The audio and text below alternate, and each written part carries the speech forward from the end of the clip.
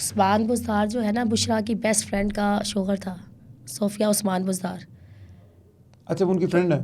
आपको वही तो मैं बता रही हूँ कि जो रिवाज गार्डन में 5 लड़कियों का ग्रुप था, उसमें एक सोफिया बुज़दार थी। 5 लड़कियों का ग्रुप? उसमें एक सोफिया उस्मान बुज़दार थी। वो आज जो आपने ग्रुप बताया जो, बिल्कुल, मैं मुझे बिल्कुल आप बताते हुए शायद भी डर लग रहा है कि बिल्कुल, उसमें एक सोफिया उस्मान बुज़दार थी और जो बुज़दार था ना, वो बुशरा के जूते सीधे करता था। उस्मान बुज़दार का बुशरा के साथ कोई ताल्लुक़ नहीं था, उसकी बीवी सोफिया बुज़दार बुशरा की सहेली थी। उस्मान बुज़दार को वज़ारत सोफिया बुज़दार की वजह से बुशरा ने दी थी। अच्छा, उस्मान बुज़दार तो एक पपेट था ना, और जब ये फ़राग होगी और तभी उन्होंने कहा कि हमने एक बंदा उठाया और उसको वो बना तो दिया। पपेट था ना। और जो कहते हैं ना, उस्मान बुज़दार ने करप्शन करवाई। उस्मान बुज़दार ने सबसे बड़ी करप्शन करवाई बुशरा के लिए।